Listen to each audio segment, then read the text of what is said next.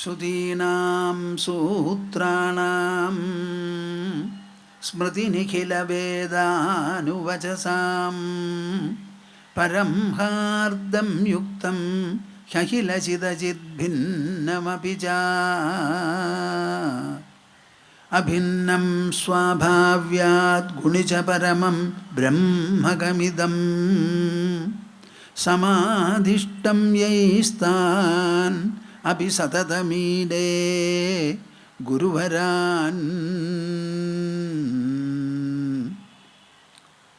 ഭാഗ്യോദയേന ബഹുജന്മസമാർജിതേന സത്സംഗമേവ ലഭത്തെ പുരുഷോ യദാ Y അജ്ഞാനഹേതുകൃതമോഹമഹാന്ധകാര നാശം വിധായ he തതോദയത്തെ വിവേകഃ. മദീയഹൃദയാകാശേ സദാനന്ദമയോ ഗുരുഃ ഉദേതു സതതം സമ്യക് അജ്ഞാനതിമിരാരുണഃ.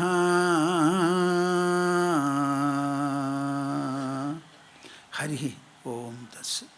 ഇത് കുറച്ച് കുറയ്ക്കുക, ഇത്തിരി കാറ്റ് ജാസ്തിയാണ്.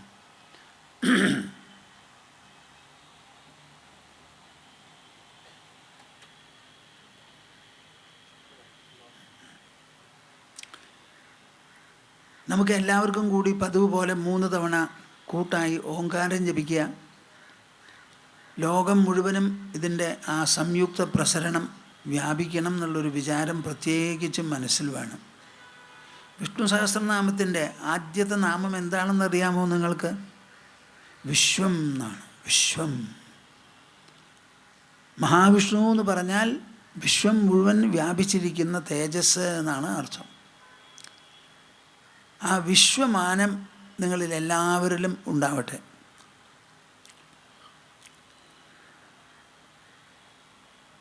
ഓ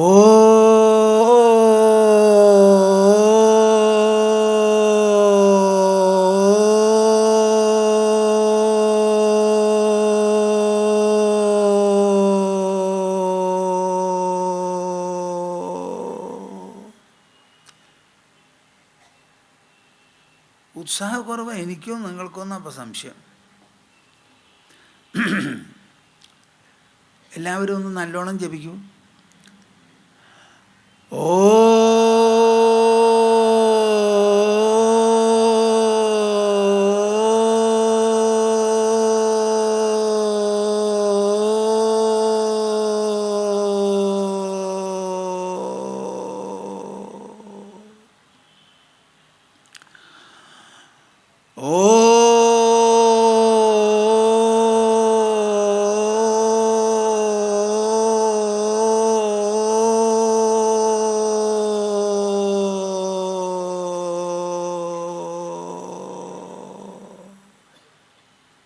ഹരി ഓം തത്സത്.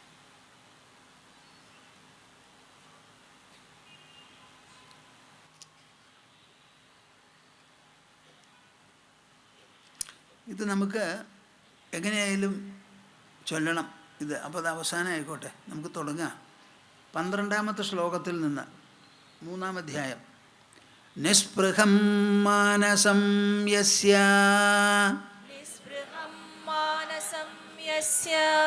നൈരാശ്യേപി മഹാത്മനഃ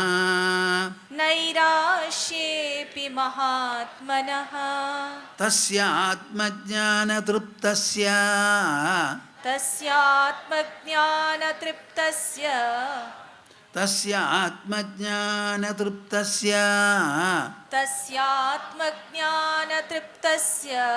തുലനാ കേന ജായതേ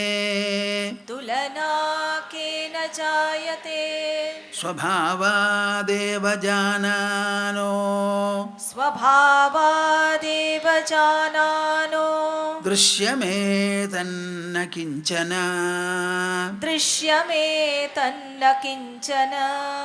ഇദം ഗ്രാഹ്യമിദം ത്യാജ്യം ഗ്രാഹ്യമിദം ത്യാജ്യം സ കിം പശ്യതി ധീരധീ സ കിം പശ്യതി ധീരധീഃ അന്തസ്ത്യക്തകഷായസ്യ അന്തസ്ത്യക്തകഷായസ്യ നിർദ്വന്ദ്വസ്യ നിരാശിഷഃ നിർദ്വന്ദ്വസ്യ നിരാശിഷഃ യദൃച്ഛയാഗതോ ഭോഗോ യദൃച്ഛയാഗതോ ഭോഗോ ന ദുഃഖായ ന തുഷ്ടയേ. ന ദുഃഖായ ന തുഷ്ടയേ. ഇന്നലെ ആരോ എൻ്റെ അടുത്ത് വന്ന് പറഞ്ഞു, സ്വാമിജി ഈ ഒരു ശ്ലോകം ഉണ്ടല്ലോ, ന ദുഃഖായ ന തുഷ്ടയേന്ന്, ഇത് സ്വാമിജി പറഞ്ഞത് പോരാ, ഇത് കേട്ടത് പോരാ, മതിയായില്ല എന്ന്. കേട്ടപ്പോൾ എനിക്ക് സന്തോഷമല്ലാണ്ട് എന്താ തോന്നുക? ആ ശ്ലോകത്തിനോടുള്ള ആഭിമുഖ്യമാണല്ലോ അങ്ങനെ പറയാൻ ഒരാൾക്ക് തോന്നിയത്. ഈ പ്രപഞ്ചം ഏത് ഒരുവനിലും എങ്ങനെയൊക്കെ ആയാലും രചിക്കുന്നത് രണ്ടേ രണ്ട് അനുഭവമാണ്. അതാണ് സുഖദുഃഖം. ഈ സുഖദുഃഖങ്ങളല്ലാതെ മൂന്നാമതൊരനുഭവം ഈ പ്രപഞ്ചത്തിലുള്ള ഒന്നുകൊണ്ടും നമ്മുടെ മനസ്സിൽ ഉണ്ടാവാൻ പോകുന്നില്ല. ഈ സുഖം ദുഃഖം എന്ന് പറയുന്നത് പോലും വാസ്തവത്തിൽ രണ്ടാണോ എന്ന് ചോദിച്ചാൽ ഒന്നാണ്. ആ ഒന്ന് രണ്ടായി നമുക്ക് അനുഭവപ്പെടുക. ഒന്നിലോ അത് സുഖം അല്ലെങ്കിൽ ദുഃഖം. സുഖമില്ലാതെ ആവുമ്പോഴാണ് ദുഃഖം, അല്ലെങ്കിൽ ദുഃഖമില്ലാതെ ആവുമ്പോഴാണ് സുഖം. അപ്പോൾ നിങ്ങൾ തന്നെ പറയുമോ എത്ര അനുഭവം ഉണ്ട് അതിലെന്ന്? മനസ്സിലായില്ലാവോ? ഇരുട്ട് എന്ന് പറഞ്ഞാൽ എന്താ? അത് വേറെ ഒരു പദാർത്ഥമോ ഒരു പ്രകടനമോ ആണോ? അല്ല. വെളിച്ചത്തിൻ്റെ ഏറ്റവും കുറഞ്ഞ മാത്രയാണ് കൂടിയ ഇരുട്ട്. അല്ലെങ്കിലോ ഇരുട്ടിൻ്റെ ഏറ്റവും കുറഞ്ഞ അളവാണ് കൂടിയ പ്രകാശം. അല്ലാണ്ട് വെളിച്ചവും ഇരുട്ടും രണ്ട് വേറെ ഉണ്ടോ? അതുപോലെയാണ് വാസ്തവത്തിൽ ഈ പ്രപഞ്ചം നമ്മളിൽ രചിക്കുന്ന സുഖദുഃഖാനുഭവങ്ങൾ. ഇത് നിങ്ങളെല്ലാവരും ഒന്ന് മനസ്സിലാക്കുമോ? എന്താ മിണ്ടാത്തെ? ആ സുഖദുഃഖങ്ങൾ പോലും വാസ്തവത്തിൽ എക്കാലത്തും നമുക്കില്ല, എല്ലാ സമയത്തുമില്ല. നാം ഉണർന്നിരിക്കുമ്പോൾ മാത്രമാണ് ഈ പ്രപഞ്ചത്തെക്കുറിച്ചുള്ള സമ്പർക്കവും അതുണ്ടാക്കുന്ന അനുഭവവും. ഉണർന്നിരിക്കുന്ന നമ്മൾ തന്നെ നമ്മുടെ ആവശ്യത്തിന് വേണ്ടി പ്രതിദിനം കിടന്നുറങ്ങുമ്പോൾ ഈ സമ്പർക്കം തന്നെ ഇല്ലാതെയാവുന്നു. ഈ സമ്പർക്കം ഇല്ലാതെയായത് പ്രപഞ്ചം മുൻപിൽ നിന്ന് തിരോധാനം ചെയ്തത് കൊണ്ടാണോ അതോ നമ്മൾ ഉറങ്ങുന്നത് കൊണ്ടോ? അപ്പോൾ ഈ പ്രപഞ്ചാനുഭവത്തിന് കാരണം പ്രപഞ്ചമോ നമ്മുടെ ഉണർവോ എന്ന് നിങ്ങളിപ്പോൾ പറയണം മറുപടി. നമ്മളിൽ തന്നെ ഉണർന്നിരിക്കുന്ന അവസ്ഥയാണ് ഈ പ്രപഞ്ചാനുഭവത്തിന് കാരണം. പ്രപഞ്ചാനുഭവത്തിന് കാരണം എന്ന് പറഞ്ഞാൽ പ്രപഞ്ചരചനയ്ക്ക് കാരണം. ഈ പ്രപഞ്ചത്തിനെ നോക്കി ഇതിൽ ശബ്ദസ്പർശ രസരൂപ സമുച്ചയം ഉണ്ടെന്ന് ആരാ പറയണത്? നമ്മളാണ് പറയുന്നത്. നമ്മളുടെ മുൻപിലാണ് ഈ പ്രപഞ്ചത്തിന് ശബ്ദസ്പർശം രസം രൂപം ഗന്ധം എന്ന് പറയുന്ന 5 നമ്മൾ ഉണ്ടാക്കി തീർക്കുന്നതാണ്. പല വിധത്തിലുള്ള രസങ്ങൾ നിങ്ങൾ അനുഭവിക്കുന്നുണ്ട്. ഈ രസങ്ങളെല്ലാം വസ്തുക്കളാണോ രചിക്കുന്നത് അതോ രസങ്ങൾക്ക് നിദാനം വാസ്തവത്തിൽ നിങ്ങളുടെ നാവും സലൈവറി ബഡ്സുമോ എന്ന് ചോദിച്ചാൽ എന്താണ് മറുപടി? മനുഷ്യരിടയ്ക്ക് പറയാറുണ്ടല്ലോ, ടൈഫോയിഡൊക്കെ വന്നാൽ എന്ത് തന്നെ എനിക്ക് രുചിയില്ല. ഇന്നാൾ എന്നോടൊരു ഡോക്ടർ പോലും പറഞ്ഞു കഴിക്കുന്ന ഭക്ഷണത്തിന് രുചിയില്ല എന്ന്. അപ്പോൾ ഭക്ഷണമില്ലായല്ല, ഭക്ഷണം വേണ്ടതുപോലെ ഉണ്ടാക്കിയിട്ടുണ്ട്, പതിവ് പോലെയുള്ള ഭക്ഷണം. അതിന് രുചിയില്ല എന്ന് പറയുമ്പോൾ ഭക്ഷണത്തിൻ്റെ രുചി ആരാ അപ്പം പ്രദാനം ചെയ്യുന്നത്? എന്താ അവരും മിണ്ടാത്തെ? അപ്പോൾ ഈ പ്രപഞ്ചത്തിനെ രൂപപ്പെടുത്തുന്നത് നമ്മുടെ ഇന്ദ്രിയങ്ങളും മനസ്സുമാണ്. ആ മനസ്സിനെ നമ്മൾ സമീകരിച്ചെടുത്താൽ ഈ പ്രപഞ്ചത്തിന് മുഴുവനും മെരുക്കിയതായി, അതിന് മെരുക്കം വന്നു കഴിഞ്ഞു. അതാണ് ഇവിടെ പറയുന്നത്. അന്തസ്ത്യക്തകഷായസ്യ നിർദ്വന്ദ്വസ്യ നിരാശിഷഃ യദൃച്ഛയാ ആഗതോ ഭോഗോ. പ്രതിദിനവും യാദൃശ്ചികമായി നാം അനുഭവിക്കുന്നതാണ് എന്നൊരു വിചാരം നിങ്ങൾക്കുണ്ടാവട്ടെ. ഇവിടെ ഒന്നും നാം പ്രയത്നിച്ച് കൊണ്ടുവന്നു എന്ന് പറയരുത്. നിങ്ങളുടെ ശരീരത്തിന് വേണ്ടി നിങ്ങൾ പ്രയത്നിച്ചോ? നിങ്ങളുടെ ശരീരത്തിന് വേണ്ടി നിങ്ങൾ പ്രയത്നിച്ചോ എന്നാണ് ഞാൻ ചോദിക്കുന്നത്. ജനിക്കാൻ വേണ്ടി, അതോ ജനിച്ച് 2-3 വയസ്സ് ആയപ്പോൾ ഞാൻ ജനിച്ചു എന്ന് മനസ്സിലാക്കുന്നുവോ? ജന്മം തന്നെ നാം രൂപപ്പെടുത്തിയതല്ല. അപ്പോൾ ജന്മത്തെ തുടർന്നുള്ള സംഗതികൾക്ക് പൂർണ്ണ ഉത്തരവാദിത്വമോ ഉടമസ്ഥാവകാശമോ നമുക്ക് കണക്കാക്കാൻ പറ്റുമോ? പറ്റില്ല. ഇത് വളരെ കാര്യമായിട്ട് നിങ്ങൾ മനസ്സിലാക്കണം. അപ്പോൾ ഈ ശ്ലോകത്തിൽ പറയുന്നത് യദൃച്ഛയാഗതോ ഭോഗോ ന ദുഃഖായ ന തുഷ്ടയേ. യദൃച്ഛയാ നമ്മുടെ ജീവിതം ഇങ്ങനെ മുൻപോട്ട് പൊക്കോട്ടെ. ആ മുൻപോട്ട് പോകുന്നതിനനുസരിച്ച് പല വിധത്തിലുള്ള അനുഭവങ്ങളും വന്നോട്ടെ. ആ അനുഭവങ്ങൾ മുഴുവനും അഹങ്കാരത്തോടും മമതയോടും കൂടി നാം ഏറ്റുവാങ്ങാതെ യാദൃച്ഛികമായി ഈശ്വരേച്ഛയാ വരുന്നതാണ് എന്നൊരു ഫോമുല നമ്മൾ സ്വീകരിച്ചു തുടങ്ങിയാൽ ആ അനുഭവങ്ങൾക്ക് മുഴുവനും കനം കുറയും. നിങ്ങളുടെ മനസ്സ് മുൻപിലും തൂക്കം കൂടി പ്രപഞ്ചാനുഭവങ്ങൾക്ക് തൂക്കം കുറഞ്ഞുമുള്ള ഒരു സ്ഥിതി വരും. അതാണ് ഈ പ്രപഞ്ചജയം ജീവൻ മുക്തി എന്ന് പറയുന്നത്. ഇതിൻ്റെ താക്കോല് മുഴുവനും നിങ്ങളുടെ മനസ്സിലാണ്. ആ മനസ്സിൽ ഈ മാതിരിയുള്ള ഒരു സമീകരണം വളർത്തിയെടുക്കാൻ നമ്മെ സഹായിക്കുന്നത് നമ്മുടെ ബുദ്ധിയാണ്. അതാണ് ഇവിടെ ഒരു ഭാഗത്ത് അഷ്ടാവക്രൻ മഹർഷി, മറുഭാഗത്ത് ജനകൻ മഹാരാജാവ്. ഇവർ രണ്ടുപേരും തമ്മിൽ നടക്കുന്നത് ഒരു ബൗദ്ധതലത്തിലുള്ള സമ്പർക്കമാണ്. അഷ്ടാവക്ര മഹർഷി പറയണു, ജനക മഹാരാജാവ് അത് ഏറ്റുവാങ്ങുന്നു, കേൾക്കുന്നു. കുറച്ച് കഴിഞ്ഞാൽ ജനകൻ തന്നെ പറഞ്ഞു തുടങ്ങുന്നു. 2-ാം അധ്യായത്തിൽ അദ്ദേഹം തൻ്റെ അനുഭവം വ്യക്തമാക്കി. അതിലെന്തെല്ലാം പിഴവുണ്ടോ, കുറവുണ്ടോ, ന്യൂനതകളുണ്ടോ, അപാകമുണ്ടോ എല്ലാം ചൂണ്ടിക്കാണിച്ചു കൊണ്ടാണ് അഷ്ടാവക്രൻ സംസാരിക്കുന്നത്. ഇനിയും ജനകൻ സ്വാനുഭവം വെളിപ്പെടുത്തുന്ന അധ്യായങ്ങളുണ്ട്. വളരെ വിശേഷപ്പെട്ടതാണ് ഈ ചർച്ച. അപ്പോൾ ന ദുഃഖായ ന തുഷ്ടയേ. ഈ ജ്ഞാനം എന്ന് പറയുന്നത് ആത്മജ്ഞാനം ലോകജീവിതത്തെ ലളിത സുഭഗമാക്കുന്നതാണ്. ജീവിതത്തിന് ലാളിത്യം. ഇപ്പം നമുക്ക് സംഘർഷമാണ്, വളരെയധികം കനമുണ്ട്, കീറാമുട്ടിയത്. ആ കീറാമുട്ടിത്തമൊക്കെ പോയി അത് ലഘൂകരിക്കപ്പെടും. അനായാസമാവും നിങ്ങളുടെ ജീവിതം ഇങ്ങനെ തന്നെ നടന്നോളും. ഭൂമി തന്നെ വട്ടം തിരിയുന്നില്ലേ? ദിനരാത്രങ്ങൾ സ്വയം വരുന്നില്ലേ? ഋതുക്കൾ സ്വയം വരുന്നില്ലേ? വൃക്ഷങ്ങളിലും ചെടികളിലുമെല്ലാം പുഷ്പങ്ങൾ ഉണ്ടാവുന്നുണ്ടല്ലോ, ഫലങ്ങൾ ഉണ്ടാവുന്നുണ്ടല്ലോ. നമ്മളൊന്നും ചെയ്യാത്ത മാവും പൂക്കണില്ലേ, കായ്ക്കണില്ലേ? അതുപോലെ നമ്മുടെ ജീവിതവും വെളുപ്പാങ്കാലത്ത് എണീക്കും, വൈകുന്നേരം വരെ ജോലി ചെയ്യും, വൈകുന്നേരം കിടന്നുറങ്ങും, രാത്രിയായാൽ അതങ്ങനെ അതിൻ്റെ പാട്ടിൽ നടന്നോളും. ആ ചക്രം അങ്ങനെ അങ്ങോട്ട് തിരിഞ്ഞോട്ടെ എന്ന്. എത്ര പ്രവിഷ്ടാ വിഷയാ പരേരിതാ നദീപ്രവാഹ ഇവ വാരിരാശൗ ലിനന്തി സന്മാത്രതയാന വിക്രിയാം ഉത്പാദയന്ത്യേഷ യതിർവിമുക്തഃ. നമ്മൾക്ക് കുറേയൊക്കെ നിങ്ങളുടെ ഇടയിലുള്ളവർക്ക് മോക്ഷം മുക്തി എന്നൊക്കെ കേട്ടിട്ടുണ്ടാവും. ഒരു മാതിരി ആൾക്കാരൊക്കെ എൻ്റെ അടുത്ത് വന്ന് പറയണത് എന്താ? സ്വാമിജി, ഞങ്ങൾക്കിനി മാതൃഗർഭത്തിൽ നുഴയേണ്ടി വരരുതേന്നാ. അതാ അവരുടെ അഭിപ്രായം. മുക്തി നിങ്ങൾ നുഴഞ്ഞോ ഇല്ലയോ എന്നുള്ളത് നിങ്ങൾ എങ്ങനെയാണ് അറിയുക? എന്ത് വിഡ്ഢിത്താന്നറിയോ ഈ പറച്ചിൽ? നിങ്ങൾ അനുഭവിക്കുന്ന മുക്തി ഇപ്പോൾ ഉണ്ടെങ്കിലേ ഉള്ളൂ. മരിച്ചതിന് ശേഷം പിന്നെ ഒരു മുക്തി നമുക്കില്ല. ഉണ്ടെങ്കിൽ തന്നെ ആരാ അറിയുക? ഏതാളാ മരിച്ചു പോയതിന് ശേഷം ജീവിച്ചിരുന്നപ്പോൾ ഗോവിന്ദ നായർ ഉണ്ടായിരുന്നു, ആ ഗോവിന്ദ നായരാ ഞാൻ സ്വർഗത്തിൽ ഇപ്പോൾ ടിക്കറ്റ് മേടിച്ച് വന്നിരിക്കണമെന്ന് പറയുന്നവർ വല്ലവരും ഉണ്ടോ? എന്ത് വിഡ്ഢിത്താ ഇതൊക്കെ!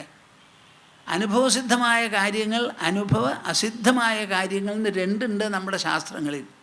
അതിലെ അനുഭവാരൂഢ വിഷയങ്ങളെ മുറുകി പിടിച്ച് അനാരൂഢമായിരിക്കുന്ന കാര്യങ്ങളെ തള്ളിക്കളയുന്നതിലാണ് വിവേകം. ആ വിവേകം ജനിപ്പിക്കാനാണ് നമ്മുടെ ശാസ്ത്രങ്ങൾ. ഒരു തത്വജ്ഞൻ, വിശേഷബുദ്ധിയുള്ളവൻ, ആത്മജ്ഞാനി, ആത്മസ്ഥിതൻ എങ്ങനെ ജീവിക്കുന്ന പറയണേ? വിവേക ചൂടാമണിയിൽ ശങ്കരാചാര്യൻ പറയുന്നതാണ്. 442-ാമത്തെ ശ്ലോകമാണിത്. എത്ര പ്രവിഷ്ടാ വിഷയാ പരേരിതാ നദീപ്രവാഹ ഇവ വാരിരാശൗ. സമുദ്രമുണ്ട്, ഭൂമിയുടെ മുക്കാല് ഭാഗവും സമുദ്ര. ആ സമുദ്രത്താൽ ചുറ്റപ്പെട്ട കരയാണവിടെ. ആ സമുദ്രത്തിൽ നിന്നാണ് വാസ്തവത്തിൽ സർവ്വ നദികളും പുറപ്പെടുന്നത്. നീരാവിയായി നീരാവിയായി മേപ്പെട്ടു പോയി അത് കനം കൂടി വായു തട്ടി സഞ്ചരിച്ച് കൂടുതൽ ഉയരങ്ങളിൽ മഞ്ഞായും കുറവ് ഉയരങ്ങളിൽ മഴയായും പെയ്യുന്നു. ആ മഴയായി പെയ്തത് ഉപരിതലങ്ങളിൽ ഇങ്ങനെ കൂർത്തിരിക്കുമല്ലോ, കുറേശ്ശെ വെള്ളം കൂടിച്ചേർന്ന് നേരിയ ഒരു രേഖയായിട്ടാണ് അത് ഒഴുകുക. താഴത്തൊഴുകി വരുമ്പോൾ അതിന് ആക്കം കൂടി, തൂക്കം കൂടി, വിസ്താരം കൂടി, ആഴം കൂടി, അങ്ങനെ ഉപനദികളൊക്കെ ചേർന്ന് വലിയ ഗംഭീര നദിയായി. ഞാൻ ദിബ്രുഗാറിൽ പോയി നോക്കിയപ്പോൾ അവിടെ ബ്രഹ്മപുത്ര കാണേണ്ടതാണെന്ന് പറഞ്ഞ് ചെന്ന് നോക്കി. ബ്രഹ്മപുത്രയുടെ ഇക്കരെ നിന്ന് നോക്കിയപ്പോൾ അക്കരെ കാണാനില്ല. 9-10 കിലോമീറ്റർ വീതിയുണ്ടത്രേ ഈ ബ്രഹ്മപുത്രയ്ക്ക് ദിബ്രുഗാറിൽ. അത്ര വിസ്താരമുള്ള ഒരു നദിയായിരുന്നു അത് തുടങ്ങുന്ന സമയത്ത് ഹിമാലയത്തിൽ നിന്ന്. അപ്പോൾ അവിടെ നിന്നുള്ള നദികളാണ്. ആ നദികൾ എങ്ങനെ ഉണ്ടായി? സമുദ്രത്തിൽ നിന്ന് നീരാവി മേപ്പെട്ടു പോയിട്ട്. അങ്ങനെയുള്ള നദികൾ ഒഴുകി വരുന്നത് എങ്ങടാ? സമുദ്രത്തിലേക്ക് തന്നെയാണ് വരുന്നത്. ആ സമുദ്രത്തിലേക്ക് അങ്ങോട്ട് വരുമ്പോൾ വലിയ ഒരു നദി അതിവിസ്താരത്തിൽ വന്ന് ഒഴുകി ചേരുമ്പോൾ എല്ലാവരുടെ മനസ്സിലുള്ള അഭിപ്രായം എന്താ? എവിടെ വരുന്നോ അവിടെ നിറഞ്ഞ് ഒഴുകുന്നു. ഒരു തടാകത്തിലേക്കാണ് വന്നതെന്ന് വെച്ചാൽ ആ തടാകം നിറഞ്ഞ് കവിഞ്ഞൊഴുകും. പക്ഷേ വരുന്നത് സമുദ്രത്തിലേക്കാണ്. ആ സമുദ്രം ഏതാ? അതിൻ്റെ തന്നെ ഉത്പത്തി സ്ഥാനമാണ്. നദികളൊക്കെ പുറപ്പെട്ടത് അവിടുന്നാണ്. എവിടുന്ന് പുറപ്പെട്ടോ അവിടെ വന്ന് ചേർന്നാൽ ഒരു അധികപ്പറ്റ് വെള്ളമല്ലല്ലോ അത്. അതിൽ നിന്ന് നീരാവിയായി മേപ്പെട്ടു പോയി മഴയായി കൊലംശം പെയ്ത് അത് നിലത്തിലൊക്കെ വലിഞ്ഞതിന് ശേഷം എത്ര നീരാവിയായി പോയോ അതിൽ കുറവല്ലേ വരുന്നുള്ളൂ നദിയായിട്ട്. ആ നദി സമുദ്രത്തിനെ മുക്കുവോ? മുക്കില്ല. പിന്നെ എന്താ അത്ര പേടി? അതാണ് ഇവിടെ പറയുന്നത്. എത്ര പ്രവിഷ്ട വിഷയാഹ പരേരിതാഹ. ഒരു തത്വജ്ഞൻ സാധാരണ തൻ്റെ സ്വന്തമായ ജീവിതമാർഗം, പ്രൊഫഷണൽ ലൈഫൊന്നും പിന്നെ വെച്ചുകൊണ്ടിരിക്കില്ല. ആത്മസ്പർശമുണ്ടായി, ആത്മജ്ഞാനത്തിൻ്റെ ആ ആനന്ദമഹിമ മനസ്സിലായി, സമാധിസ്ഥനായി അത് അനുഭവിക്കാൻ കിട്ടിയെന്നുണ്ടെങ്കിൽ എത്ര വലിയ ആളും എത്ര പണമുണ്ടെങ്കിലും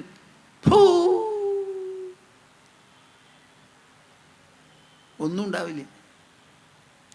ഉണ്ടാവില്ല. ശരിക്കൊരു ജ്ഞാനം കിട്ടിയാൽ ആ ജ്ഞാനത്തിനെ തന്നെയാണ് ആ മനുഷ്യൻ അനുധാവനം ചെയ്യുക.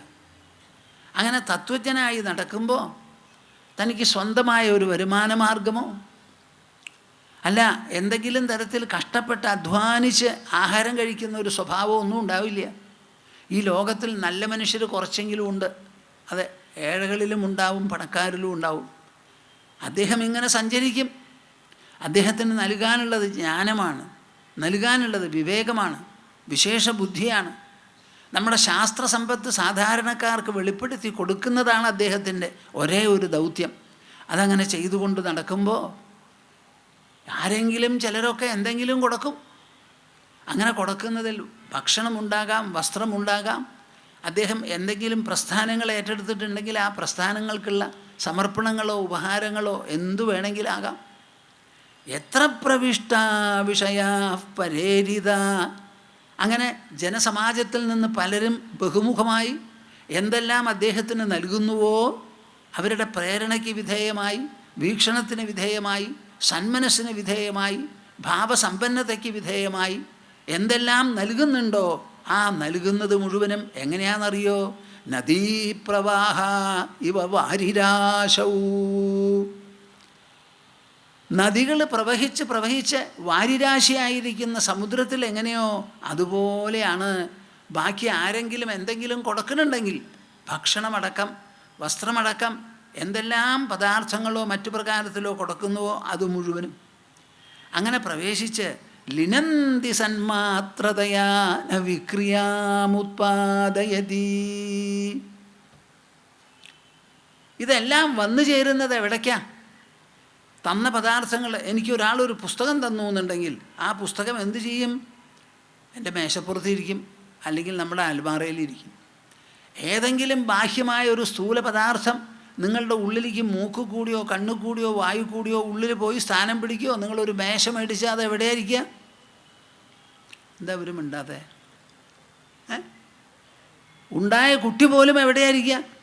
മടിയിലിരിക്കും. അതിന് വിരിച്ച് തയ്യാറാക്കിയ കിടക്കയിലിരിക്കും, നമ്മുടെ ഉള്ളിലിരിക്കില്ല. നമ്മുടെ ഉള്ളിലേക്ക് ബാഹ്യമായ സ്ഥൂല പദാർത്ഥം ഒന്നും തന്നെ പ്രവേശിക്കില്ല. അത് അതിൻ്റെ പാട്ടിൽ പുറത്തിരിക്കുകയുള്ളൂ. അപ്പം നമ്മുടെ ഉള്ളിലേക്ക് പ്രവേശിക്കുക എന്ന് പറഞ്ഞാൽ എന്താ? അങ്ങനെ ഉണ്ട് വന്നു നൽകി കൊടുത്തു എന്നുള്ള തോന്നൽ മാത്രമേ ഉള്ളൂ. ഈ തോന്നൽ ആരാ? അതൊരു പുറം വസ്തുവോ അകം വസ്തുവോ? I don't know whether you understand what I say.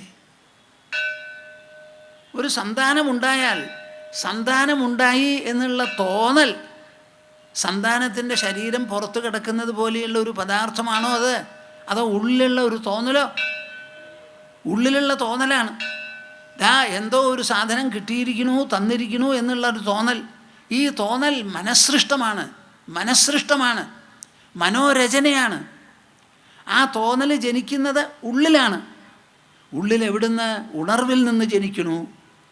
ഈ നദികൾ മുഴുവൻ പർവ്വത ശിഖരങ്ങളിൽ നിന്ന് ഒഴുകി വരുന്നുണ്ടെങ്കിലും നദിയിലുള്ള ഒരൊറ്റ തുള്ളി വെള്ളം തനിപ്പെട്ട് നിൽക്കുന്നതല്ല. സമുദ്രമായിരിക്കുന്ന എന്നിൽ നിന്ന് നീരാവിയായി മയപ്പെട്ടു പോയി അതിൻ്റെ ഭീമഭാഗം വേണമെങ്കിൽ പറയാം, അത്രയും മാത്രമേ താഴത്ത് വരുന്നുള്ളൂ. ഉയർന്ന വെള്ളം മുഴുവനും താഴത്ത് വരുന്നില്ല, എന്നിൽ നിന്ന് പുറപ്പെട്ടതാണ്. വെള്ളമാണ് നീരാവിയായി പോയത്. തണുത്ത് മഞ്ഞായും മഴയായും പെയ്തത് എൻ്റെ നീരാവിയാണ്, എൻ്റെ ജലമാണ്. ഇതാ ഒഴുകി പ്രചണ്ഡമായി വരുന്നതും അതേ വെള്ളമാണ്. വെള്ളം എന്നുള്ള നിലയ്ക്ക് എൻ്റെ ഉള്ളിലുള്ള ഉണർവും ഈ വരുന്ന വസ്തുക്കൾ ഉണ്ടാക്കുന്ന പ്രതികരണങ്ങളും രണ്ടും തമ്മിൽ വ്യത്യാസമില്ല. ഞാൻ പറഞ്ഞത് നിങ്ങൾക്ക് മനസ്സിലായോ? ഓപ്പാ, മനസ്സിലായോ? ഒരൊറ്റ സാധനം പുറത്തില്ല. നിങ്ങളൊരു കെട്ടിടം കെട്ടിയാൽ കെട്ടിയ സ്ഥാനത്ത് അതിരിക്കും. കോർപ്പറേഷൻ വന്ന് കണക്കെടുത്ത് ടാക്സ് ചുമത്തും. കെട്ടിടം എൻ്റെ ആണെന്നുള്ളൊരു തോന്നൽ മാത്രമേ നിങ്ങളുടെ മനസ്സിലുള്ളൂ. ഒരു കടലാസ് രജിസ്റ്റർ ചെയ്തതും നിങ്ങളുടെ പെട്ടിയുടെ ഉള്ളിലുണ്ടാവും. അപ്പോൾ വാസ്തവത്തിൽ നമ്മുടെ മനസ്സിലുണ്ടാവുന്ന സ്വീകരണ പ്രത്യയങ്ങൾ മുഴുവനും മനസ്സിൻ്റെ രചനകളാണ്. ആ മനസ്സിൻ്റെ പ്രതികരണങ്ങളാണ്.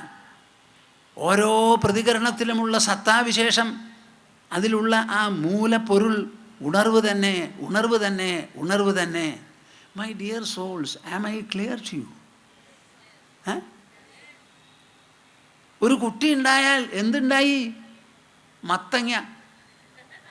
എന്തുണ്ടായി? എനിക്കൊരു കുട്ടി ഉണ്ടായി എന്നുള്ള തോന്നൽ മാത്രമേ നിങ്ങൾക്കുള്ളൂ. ആ കുട്ടി പുറത്താണ് കിടക്കുന്നത്. എനിക്ക് മക്കളുണ്ട്, അവർ അമേരിക്കയിലാണ്, ജർമ്മനിയിലാണ്, സ്വീഡനിലാണ്, ഡെൻമാർക്കിലാണെന്നുള്ള തോന്നൽ മാത്രമേ നിങ്ങൾക്കുള്ളൂ. കുട്ടികളൊക്കെ പുറത്താണ്. അവരവരുടെ ഇഷ്ടപ്രകാരം ഇഷ്ടവിചാരത്തോടു കൂടി കല്യാണം കഴിച്ച് സുഖമായിട്ട് ജീവിക്കുന്നു. ഒരു പക്ഷേ നിങ്ങൾക്കതിൽ വിഷമമുണ്ടാവും. നമ്മുടെ ഉള്ളിലാണ് എല്ലാം ഇവിടെ സംഭവിക്കുന്നത്. അപ്പം സമുദ്രത്തിൻ്റെ വെള്ളം തന്നെയാണ് നദിയായി ഒഴുകി തൻ്റെ അടുത്ത് വരുന്നത് എന്ന് തോന്നുന്നത് പോലെ എൻ്റെ ഉള്ളിലുള്ള ആഗ്രഹങ്ങളും അഭിലാഷങ്ങളുമാണ് എല്ലാ സമയത്തും നിർവഹിച്ചു എന്നുള്ളൊരു തോന്നൽ എൻ്റെ ഉള്ളിലുണ്ടാകുന്നത്. അപ്പോൾ എൻ്റെ മനസ്സ് തൊടുത്തു വിടുന്ന പ്രതികരണങ്ങളെല്ലാം എൻ്റെ മനസ്സിൻ്റേതാണ്. ആ പ്രതികരണങ്ങളാണ് രാഗം, ദ്വേഷം, ഭയം, ക്രോധം എന്നൊക്കെ ആയിട്ട് നടക്കുന്നത്. അതിനെയാണ് നമുക്ക് സമീകരിച്ചെടുക്കാനുള്ളത്. നമുക്ക് ബാഹ്യവസ്തുക്കളെ സമീകരിച്ചെടുക്കാനില്ല. I don't have to dissolve, sublimate or assimilate any kind of an external product. All that I have to assimilate is my own mind's responses and reactions to what transpires from time to time every day. ഞാൻ ഈ ആത്മസാത്കരിച്ചെടുക്കണം, സ്വാംശീകരിക്കണം എന്ന് പറയുന്നത് പുറമേയുള്ളൊരു പദാർത്ഥമല്ല. പുറം പദാർത്ഥങ്ങളോടും പുറം സംഭവങ്ങളോടും നമ്മുടെ മനസ്സിന് തോന്നുന്ന പ്രതികരണങ്ങളാണ്. ഞാനൊരു ചോദ്യം നിങ്ങളോട് ചോദിച്ചോട്ടെ. നിങ്ങളുടെ മനസ്സിൽ നിന്ന് ഉണ്ടാകുന്ന വിചാരങ്ങളെ നിങ്ങളുടെ മനസ്സിന് സംലയിപ്പിച്ചുകൂടെ? എനിക്കൊരു മറുപടി പറയും നിങ്ങൾ. ഞാൻ നിങ്ങളോട് കല്ലിനെ ദഹിപ്പിക്കാൻ പറയണില്ല മനസ്സുകൊണ്ട്.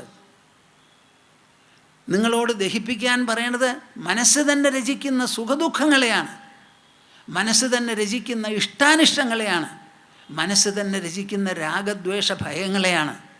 ഇത് മനസ്സിഷ്ടങ്ങളാണ്, മനസ്സന്തതികളാണ്, മനോരചനകളാണ്. മനോരചനകൾ ഏത് മനസ്സിൽ നിന്നുണ്ടായോ ആ സാധനത്തിനെ അതേ മനസ്സിനെ ദഹിപ്പിച്ചുകൂടെ എന്നൊരു ചോദ്യം. ഇതിന് ഈ സദസ്സ് എന്താ മറുപടി പറയണത്? ഒന്ന് മിണ്ടിനപ്പാ.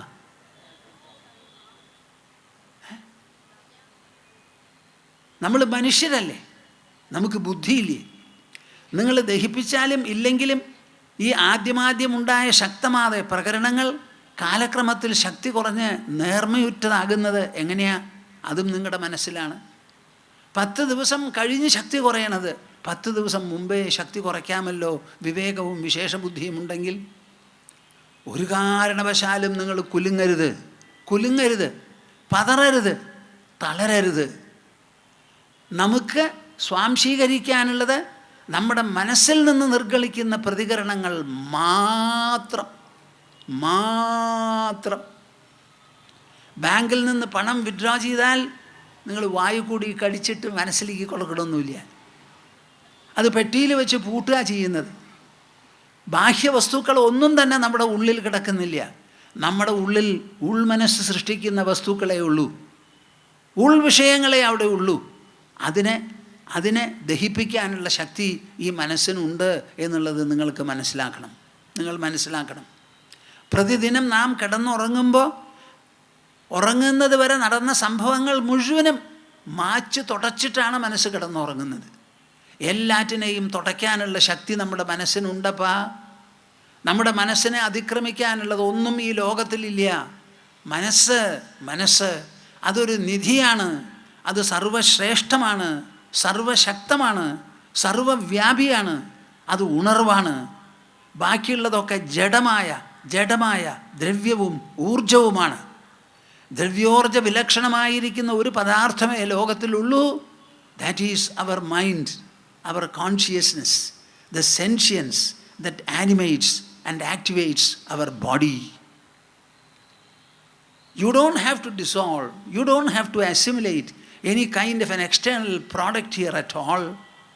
All that you have to dissolve, assimilate or sublimate are only the mind's own responses and reactions to the different events that take place from time to time. There is nothing called objective so far as the mind is concerned. The perception of an object is perception, my dear souls. The perceiving process is inside, the perception is inside, the perceptional outcome is also inside, the response and reaction to that outcome also are inside. There is nothing outside at all. ഇതാണ് നമുക്ക് മനസ്സിലാക്കേണ്ടത്. യത്ര പ്രവിഷ്ടാ വിഷയാഃ പരേരിതാഃ നദീപ്രവാഹ ഇവ വാരിരാശൗ ലിനന്തി. എല്ലാം ലയിച്ചു പോണു സന്മാത്രതയാ. മനോവികാരങ്ങൾ എന്തുകൊണ്ട് മനസ്സിൽ ലയിച്ചു പോണു, അസ്തമിച്ചു പോണു? കാരണം എന്താ? മനസ്സെന്തോ അത് തന്നെയാണ് വികാരവും. 1973 ഞാൻ ആദ്യമായി കാനഡയ്ക്കും അമേരിക്കയ്ക്കും പോയത്. 4-5 മാസം അവിടെ ഉണ്ടായിരുന്നു. അപ്പോൾ ടൊറൻറ്റോയിൽ പോയിട്ട് ഞാൻ ആ നയാഗ്ര വാട്ടർഫാൾസ് ഒന്ന് കണ്ടു. വലിയ ഉയരത്തിൽ നിന്ന് വെള്ളം ഭുർന്നിങ്ങനെ വീഴുന്നിട്ട് ആ സ്പ്ലാഷ് എത്ര ദൂരാണെന്ന് പറയാൻ പറ്റില്ല. ഈ വെള്ളം വീണത് വെള്ളത്തിലേക്കാണ്. അങ്ങനെ വീണ് എന്തൊക്കെ സ്പ്ലാഷ് ആയാലും ശരി, നിങ്ങൾ എന്നോടൊരു മറുപടി പറയണം. വെള്ളത്തിന് കടുകിട്ട വേദനയോ മാറ്റമോ വന്നിട്ടുണ്ടോ?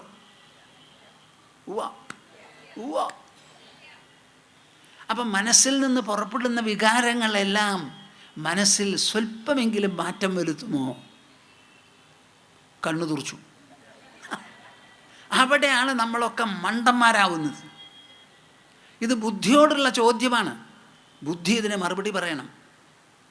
U lift your mind to any height and drop it into the mind.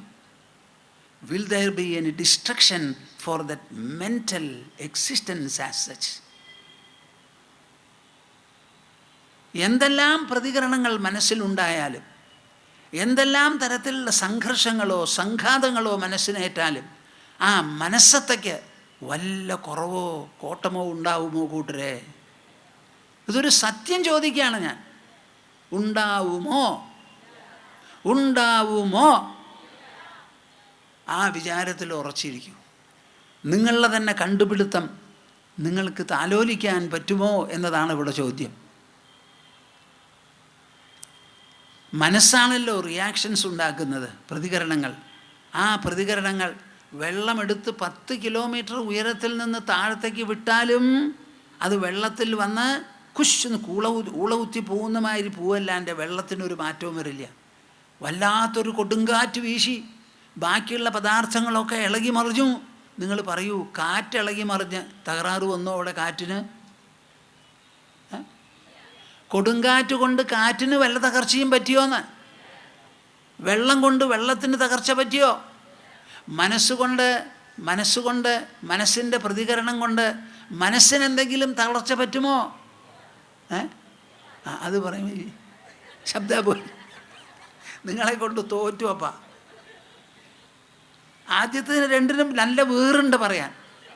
ഇത് വന്ന് പറഞ്ഞ അബദ്ധാവോ? ഈ ദുർബലതയാണ് നമ്മുടെ ശത്രു. പറയെങ്കിലും ചെയ്തുകൂടെ? ഇല്ലയെന്ന് പറയുന്നതിന് എന്താ തടസ്സം? നിങ്ങൾക്ക് സത്യത്തിനെ പേടിയ, സത്യത്തിനോട് ലജ്ജയ. അതിനെ തുറന്ന മനസ്സുകൊണ്ട് സ്വീകരിക്കാൻ നമുക്ക് പറ്റുന്നില്ല. ലിനന്തി സന്മാത്രതയാന വിക്രിയാമുത്പാദയന്തി. എത്രയെല്ലാം പദാർത്ഥങ്ങൾ പരപ്രേരിതങ്ങളായി ഒരു തത്വജ്ഞൻ്റെ സമ്മുഖത്തിൽ, സമീപത്തിൽ, സാന്നിധ്യത്തിൽ വന്ന് പെട്ടാലും അതെല്ലാം തന്നെ അവർ തന്നിട്ടുള്ള ഉപഹാരങ്ങളാണ്, സമർപ്പണങ്ങളാണ്. അവരുടെ സമർപ്പണമാണ്, എൻ്റെ അല്ല. അവരാണത് നൽകിയിരിക്കുന്നത്. അവരുടെ സമർപ്പണം എന്ന് പറഞ്ഞ് ആ സമർപ്പണ വസ്തുക്കളെ അതേപടിക്ക് ഇരുത്തുക മാത്രമേ ഉള്ളൂ. അതിലൊരു ലോഭമോ ഒരു മോഹമോ മറ്റു വിധത്തിലുള്ള പ്രതികരണങ്ങളോ ഇല്ലാതെ സന്മാത്രതയാന വിക്രിയാം. നമ്മുടെ മനസ്സാണ് അത് നോക്കിതാ തന്നിരിക്കണു എന്ന് പറയിപ്പിക്കുന്നത്.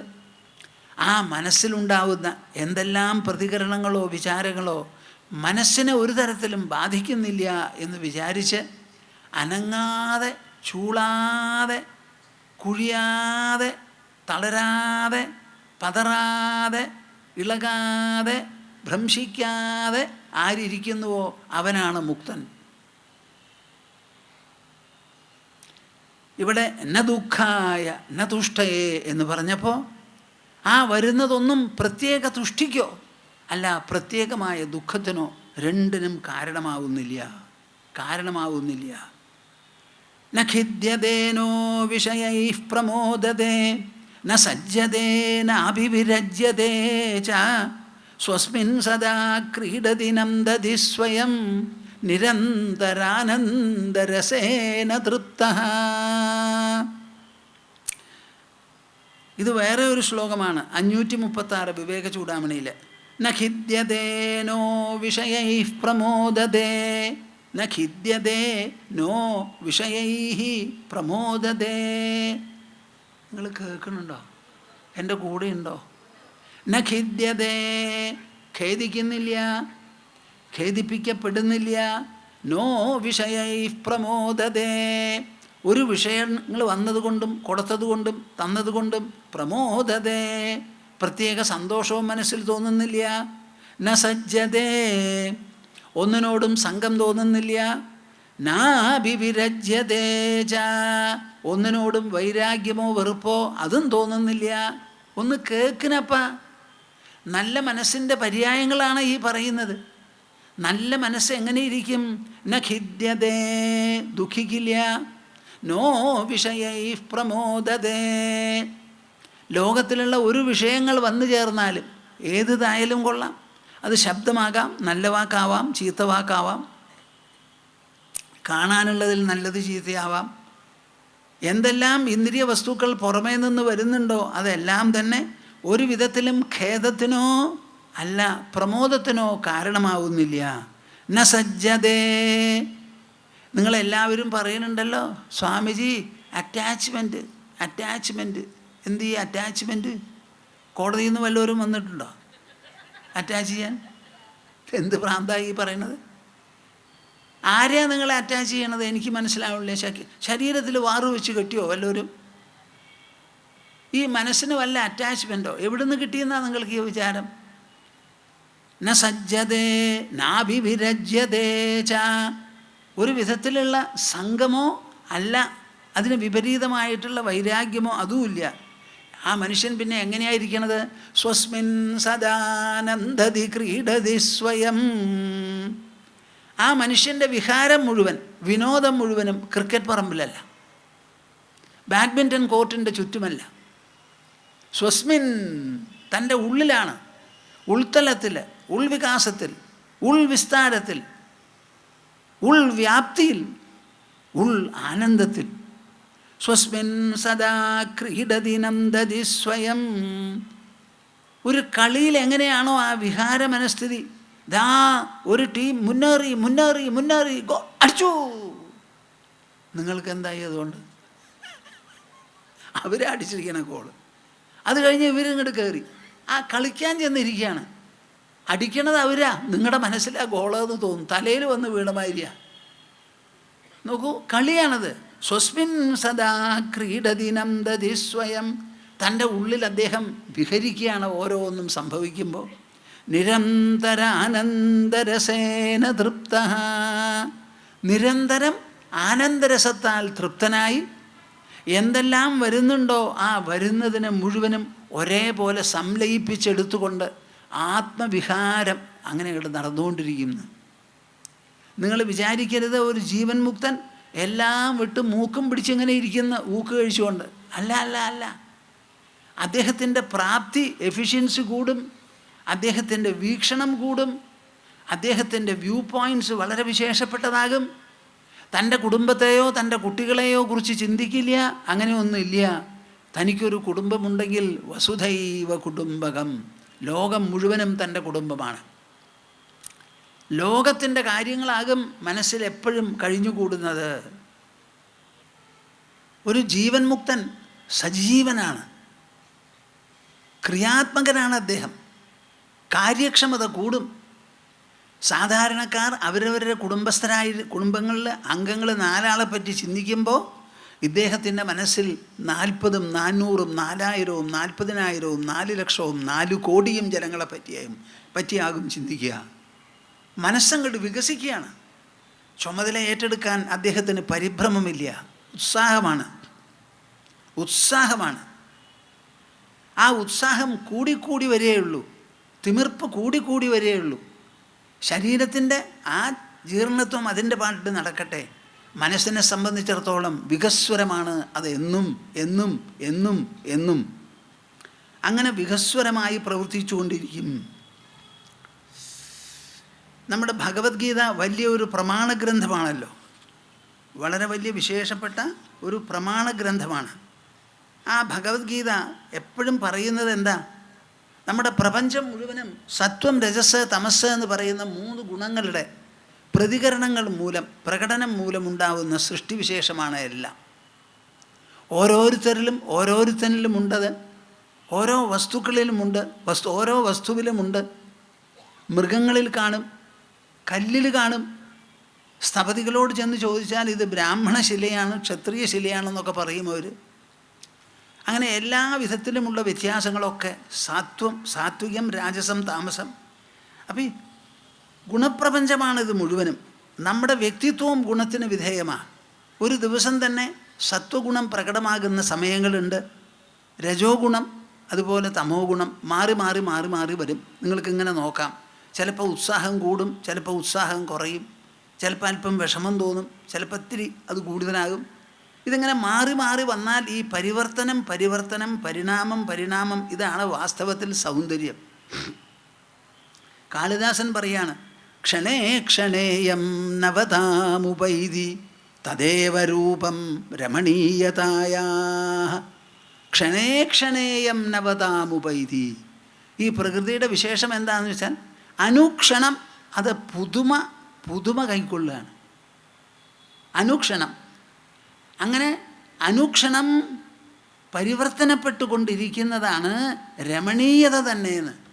ക്ഷണേ ക്ഷണേയം നവതാം ഉപൈതി തദേവ രൂപം രമണീയതായാ. ഈ പ്രപഞ്ചം മാറാതെ ഇരുന്നാൽ നമ്മളൊക്കെ ഇവിടുന്ന് പോകും.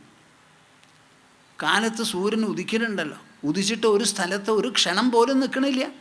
സൂര്യനിങ്ങനെ ഉയർന്നു വന്നുകൊണ്ടിരിക്കുക, അത് കഴിഞ്ഞ് അങ്ങനെ പോയി. ഒരു ദിവസം ഉദിച്ചിട്ട് അങ്ങനെ നിന്നാലോ? ഒന്ന് ആലോചിച്ച് നോക്കൂ, എന്തായിരിക്കും സ്ഥിതി എന്ന്. നമ്മൾ ശ്വാസം എടുത്തു, പുറത്തേക്ക് പോയില്ലെങ്കിലോ? ഇനി പുറത്തേക്ക് പോയി അകത്തേക്ക് വന്നില്ലെങ്കിലോ? നിങ്ങൾ ഇഷ്ടപ്പെടുമോ? അതാണ് നമ്മുടെ ജീവിതം നിലനിർത്തുന്നത്. ആ ഗുണങ്ങൾ എപ്പോഴും മാറി മാറി വന്നുകൊണ്ടിരിക്കും. ആ ഗുണങ്ങൾക്ക് എല്ലാം കൂടി ചുരുക്കി വിവരിക്കുകയാണെങ്കിൽ പ്രകാശം ച പ്രവൃത്തിം ച മോഹമേവ ച പാണ്ഡവ ന ദ്വേഷ്ടി സംപ്രവൃത്താനി ന നിവൃത്താനി കാംക്ഷതി.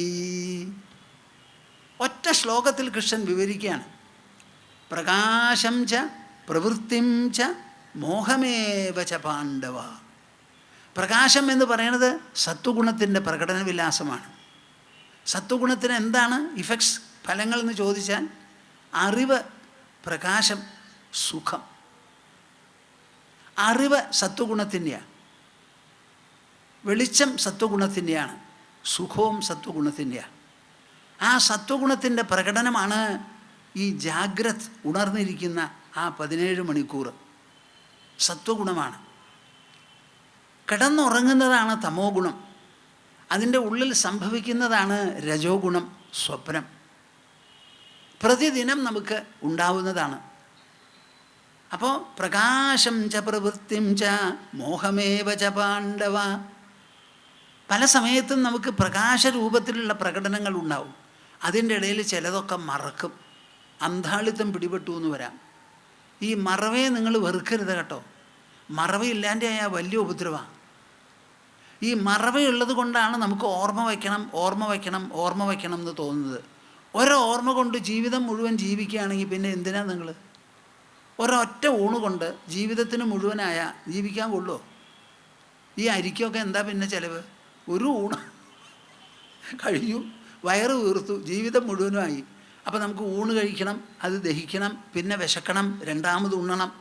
അതുപോലെ എപ്പോഴും നിങ്ങൾ മനസ്സിലാക്കണം, സത്വഗുണം, അത് കഴിഞ്ഞാൽ രജസ്, അത് കഴിഞ്ഞാൽ തമസ്, പിന്നെയും സത്വം, പിന്നെയും രജസ്, പിന്നെയും തമസ്, തമസ് രജസ് സത്വം, ഇങ്ങനെ മാറി മാറി വരും.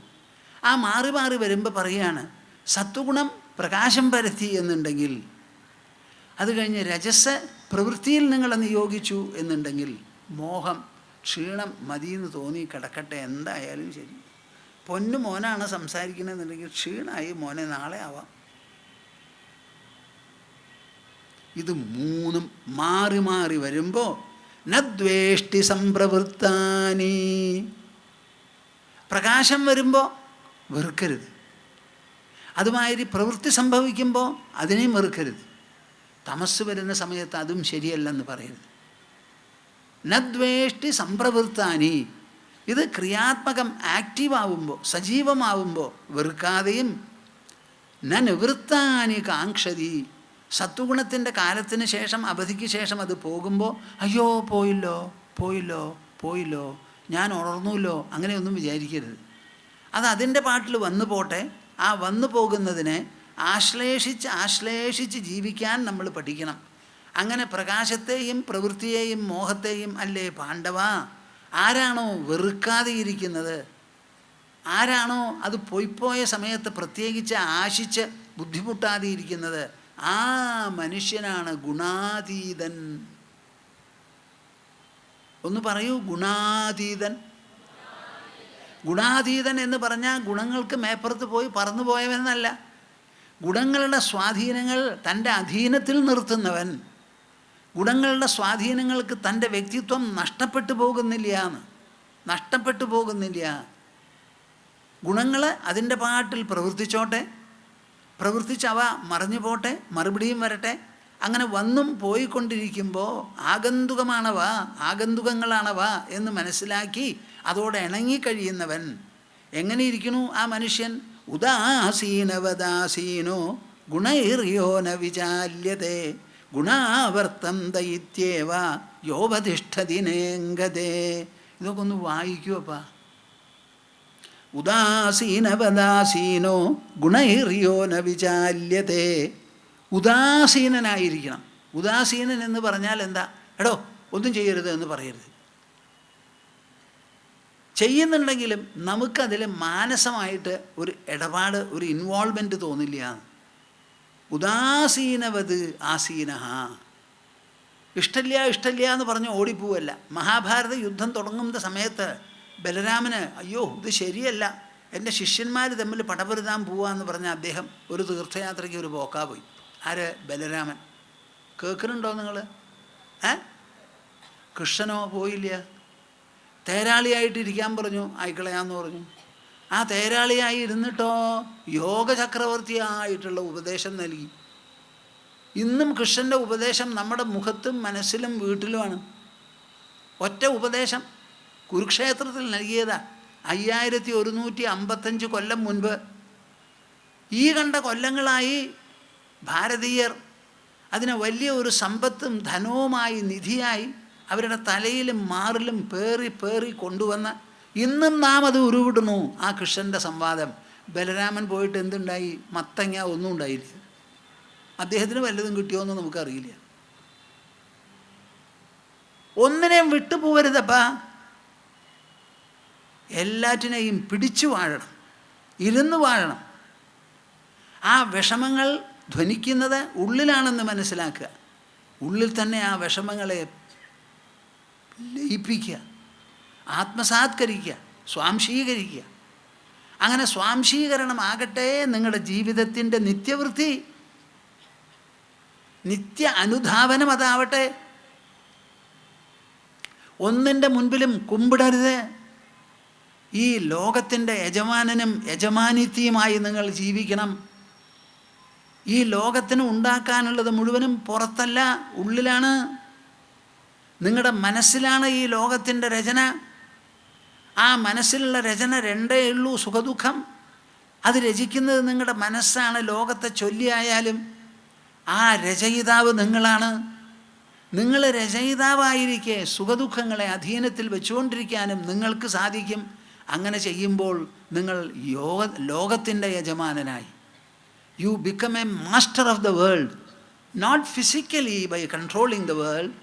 You become a master of the world because you are able to float over the twin effects the world constantly produces in your mind. The mind is yours, and the effects and reactions produced by the mind are equally yours. You are the lord of your mind, lord of the reactions it produces. Be a lord. Establish your lordship. Prove it, strengthen it, reinforce it, reinforce it. Excel in the whole process of mind mastery and become world masters. ഇതാണ് നമുക്ക് ആവശ്യം. ഈ ലോകം നമുക്ക് പേടിക്കാനുള്ളതല്ല. ഇത് പൂച്ചാണ്ടിയൊന്നുമല്ല. ബുദ്ധിയുള്ളവൻ്റെ മുൻപിൽ ഇത് മണ്ണുണ്ണിപ്പാമ്പ. ബുദ്ധിയുള്ളവൻ്റെ മുൻപിൽ. ഉദാസീനവദാസീനോ ഗുണൈര്യോ ന വിചാല്യതേ. ഈ ഗുണങ്ങൾ മാറി മാറി വന്ന് പ്രവർത്തിക്കുന്ന സമയത്ത് ഒരു വിധത്തിലുള്ള ചലനവും നമ്മൾക്കുണ്ടാവരുത്. ശരീരത്തിനാണ് ചലനമപ്പാ, മനസ്സിന് ചലനമില്ല. ഉണർവ്, മനസ്സ് നമ്മുടെ ശരീരത്തിൽ നിറഞ്ഞിരിക്കുകയാണ്. നിറഞ്ഞിരിക്കുന്ന ഒരു സാധനം ചലിക്കുമോ? എന്താ മിണ്ടാത്തെ? ഉവ്വ. ഒരു കുപ്പിയിൽ നിറച്ച് വെള്ളം ഒഴിക്കൂ. എന്നിട്ട് നല്ലപോലെ എയർ ബബിൾ ഇല്ലാതെ ഒരു കോർക്കിട്ട് അങ്ങോട്ട് അടയ്ക്കൂ. എന്നിട്ട് ആ കുപ്പി പിടിച്ചിട്ട് കുലുക്കൂ. ആ വെള്ളം ഇളകുമോ? ഇളകുമോ? ഇപ്പം പിന്നെ നിങ്ങളുടെ മനസ്സാണ് ഇളകാൻ പോണേ. നിങ്ങളുടെ മനസ്സ് ഒരു സെൻഷ്യൻസ് ആണത്. അത് ശരീരത്തിൽ മുഴുവൻ നിറഞ്ഞിരിക്കുകയാണ് കാറ്റിൽ. ആയുർവേദ ശാസ്ത്രം വരെ പറയുന്നു, വാതവും പിത്തവും കഫവും ശരീരത്തിൽ സർവവ്യാപിനഃ എന്നാണ് പറയണത്. വാതവും പിത്തവും കഫമാണ് അവർ പറയുന്നത്. കാറ്റെല്ലാ സ്ഥലത്തും ഉണ്ട്, ജീവവായു സർവ്വ സെല്ലിലും ഉണ്ട്. നമ്മുടെ മനസ്സ് നിറഞ്ഞിരിക്കുകയാണ്. ആ നിറഞ്ഞിരിക്കുന്ന മനസ്സ് എപ്പോഴെങ്കിലും ചലിക്കുമോ, സ്പന്ദിക്കുമോ? എന്താ മിണ്ടാതെ? അപ്പോൾ പിന്നെ എന്താ നിങ്ങൾക്ക് സംഭവിച്ചു എന്ന് പറയണേ? ആർക്ക് സംഭവിച്ചു? മനസ്സ് ഇളകണില്ല അപ്പാ. അപ്പം പിന്നെ എങ്ങനെയാ സുഖമൊരു പ്രതികരണമാകുന്നത്, ദുഃഖമൊരു പ്രതികരണമാകുന്നത്? കരണവും പ്രതികരണവും അവിടെ ഇല്ലല്ലോ. ഒരു മനസ്സല്ലേ ഉള്ളൂ, അത് നിറഞ്ഞല്ലേ ഇരിക്കുന്നത്. അത് ദ്രവ്യമല്ലല്ലോ, ഊർജമല്ലല്ലോ. ദ്രവ്യോർജങ്ങൾക്ക് അതീതമായിരിക്കുന്ന ഉണർവല്ലേ അത്, ചേതനയല്ലേ അത്, പ്രജ്ഞയല്ലേ അത്. അതിന് എന്തിളക്കം സംഭവിക്കാനാ? നിറഞ്ഞിരിക്കുന്ന ഒരു പൊരുൾ നിങ്ങളുടെ ശരീരത്തിൽ നിറഞ്ഞിരിക്കുന്ന പോലെ അത് ലോകം മുഴുവനും നിറഞ്ഞിരിക്കുന്നുണ്ടല്ലോ. അതിന് എന്ത് കോട്ടവും കുറവും വരാനാണ്? ആ മനസ്സിൻ്റെ വൈഭവം, ആ മനസ്സിൻ്റെ സാന്നിധ്യം, അതിൻ്റെ മഹത്വം, അതിൻ്റെ സത്താവിശേഷം മനസ്സിലാക്കി പ്രതിദിനം 15 മിനിറ്റെങ്കിലും മനസ്സത്തെ ഗ്രഹിക്കാനും ഉൾക്കൊള്ളാനും അതിനെക്കുറിച്ച് ഭാവന ചെയ്യാനും വേണ്ടി നിങ്ങൾ പരിശ്രമിക്കുമപ്പാ. മനസ്വികളായി തീരൂ. മനനം ചെയ്യൂ. മനനം, തത്വമനനം ശീലമാക്കൂ. ഗുണാവർത്തന്ത ഇത്യേവ യോവതിഷ്ഠതി നേംഗതേ. ഗുണാവർത്തന്ത ഇത്യേവ. പ്രകൃതിയുടെ ഗുണങ്ങളാണ് ഈ ലോകം മുഴുവനും. ആ ഗുണങ്ങളുടെ സ്വാധീനമാണ് പ്രകൃതി ഗുണങ്ങളായിരിക്കുന്ന എൻ്റെ വ്യക്തിത്വത്തിൽ അങ്ങനെ സമ്പർക്കം നടത്തുന്നത്. അതും പ്രകൃതിയുടെ ഗുണങ്ങൾ, ഇതും പ്രകൃതിയുടെ ഗുണങ്ങൾ. അവർ രണ്ടുപേരും തമ്മിൽ ആയിക്കോട്ടെ, ഞാനതിലിടപെടാൻ പോകുന്നില്ല. ഗുണങ്ങളുമായിട്ടുള്ള ആ സംയോഗം അല്ലെങ്കിൽ സമ്പർക്കം അത് അതിൻ്റെ പാട്ടിൽ നടന്നോട്ടെ. എനിക്ക് കുലുക്കമില്ല, ഇളക്കമില്ല. ആകാശവത് ലേപവിദൂരഗോഹം.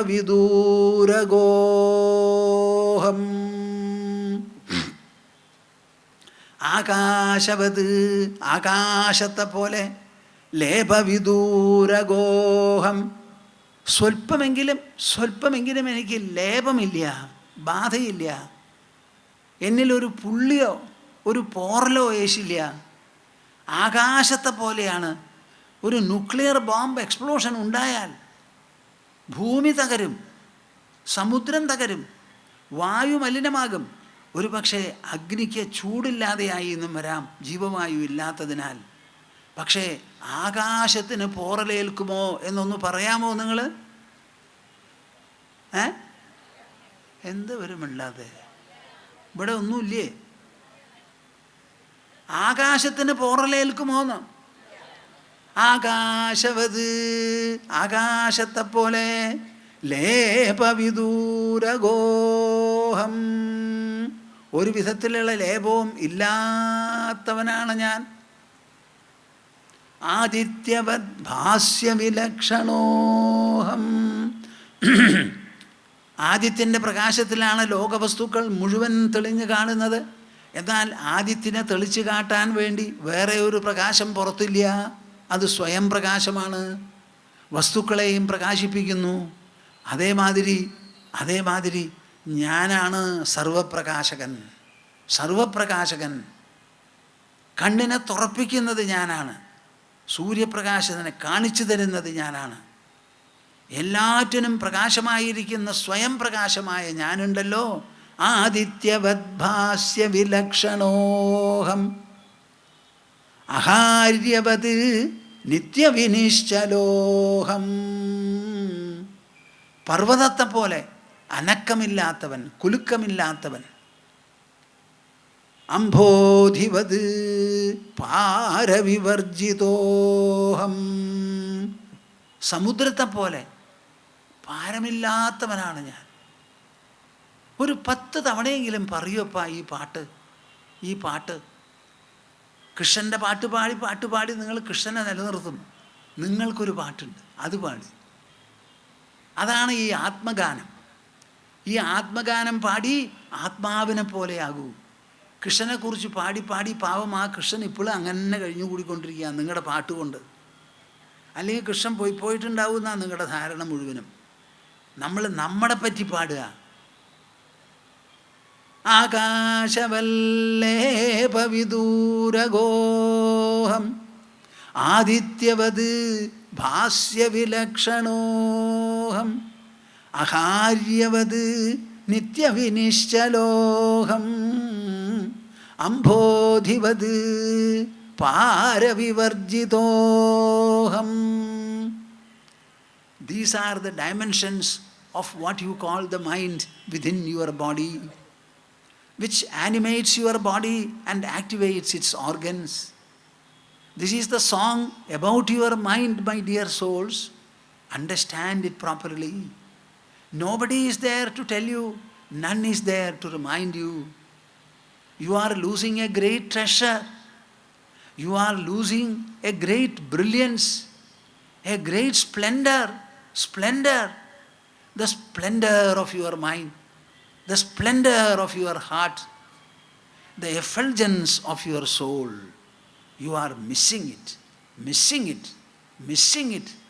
by not caring it, looking for it, by not studying about it, but by not trying to understand the inner glory, the inner splendor, the inner grandeur and the inner magnificence. പലപ്പോഴും എനിക്ക് കഷ്ടം തോന്നുകയാണ്, എന്താ ഈ മനുഷ്യൻ ഇത്രയധികം നഷ്ടപ്പെട്ട് ജീവിക്കുന്നത് എന്ന്. അവന് ബുദ്ധിയില്ലേ, അവന് മനസ്സില്ലേ. തൻ്റെ ഉള്ളിലുള്ള ആ ഉൾപ്രകാശത്തിൻ്റെ മഹിമയാണ് ശങ്കരാചാര്യൻ ഈ ശ്ലോകത്തിൽ പറയുന്നത്. അസംഗോഹം അസംഗോഹം അസംഗോഹം പുനഃ പുനഃ സച്ചിദാനന്ദരൂപോഹം അഹമേവാഹമവ്യയഃ. അസംഗോഹം ഒന്ന് പറയെങ്കിലും ചെയ്യും, പോരാ. ഒന്ന് ഉറക്കെ എല്ലാവരും പറയുന്നപ്പ. അസംഗോഹം അസംഗോഹം അസംഗോഹം അസംഗോഹം അസംഗോഹം അസംഗോഹം പുനഃ പുനഃ അസംഗോഹം പുനഃ പുനഃ സച്ചിദാനന്ദരൂപോഹം സച്ചിദാനന്ദരൂപോഹം സച്ചിദാനന്ദരൂപോഹം സച്ചിദാനന്ദരൂപോഹം അഹമേവാഹമവ്യയഃ. അഹമേവാഹമവ്യയഃ. കാലത്ത് എണീറ്റ് ഒരു 4 തവണ പറഞ്ഞിട്ട് നിങ്ങൾ ജോലിക്ക് പോകും. 4 തവണ നമ്മൾ പറയണത് എന്താ? അയ്യോ ഇന്ന് അവിടെ പോയാൽ എന്താ സ്ഥിതിയാവും, ഒന്നും ശരിയാവില്ല, അയാളെ പോയി കാണണം, ഇയാളെ പോയി കാണണം, ഒരുപടി ജോലിയുണ്ട്, ചെയ്താൽ തീരാത്ത ജോലിയോ. ഇത് പറഞ്ഞിട്ടല്ലേ നിങ്ങൾ പോണത്? ഈ കരച്ചിൽ എന്തിനാണപ്പ? നാണാവില്ലേത്? കുട്ടികളാണ് ഇങ്ങനെ കരയുക, മുതിർന്നവരോ? നമ്മളെ പിടിച്ചടക്കാൻ ഈ ലോകത്തിൽ ആരുണ്ടെന്നാണ് ഞാൻ ചോദിക്കുന്നത്. ആരാണ് ഇവിടെ ഉള്ളത്? ഒരൊറ്റ ആൾക്ക് സാധിക്കില്ലല്ലോ ആത്മാവിനെ കവച്ചു വയ്ക്കാൻ. ഈ ലോകം മുഴുവനും ആത്മകോശത്തിലുള്ള വെറും കുമിള മാത്രമാണിത്. അസംഗനാണ് ഞാൻ, സച്ചിദാനന്ദ സ്വരൂപിയാണ് ഞാൻ, സ്വരൂപമാണ് എൻ്റെ സ്വഭാവം. സമദുഃഖസുഖസ്വസ്ഥഃ സമലോഷ്ടാശ്മകാഞ്ചനഃ തുല്യപ്രിയാ പ്രിയോ ധീരഃ തുല്യനിന്ദ ആത്മസംസ്തുതി.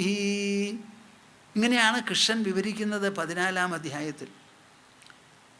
അപ്പം ആ ആൾക്ക് ന ദുഃഖായ ന തുഷ്ടയേ എന്ന് പറയുന്നത് എത്ര വിശേഷപ്പെട്ട ഒരു ഭാഗമാണ്. 3-ാം അധ്യായം കഴിഞ്ഞു, ഇനി 4-ാം അധ്യായമാണ്. അഷ്ടാവക്രൻ തുടരുന്നു.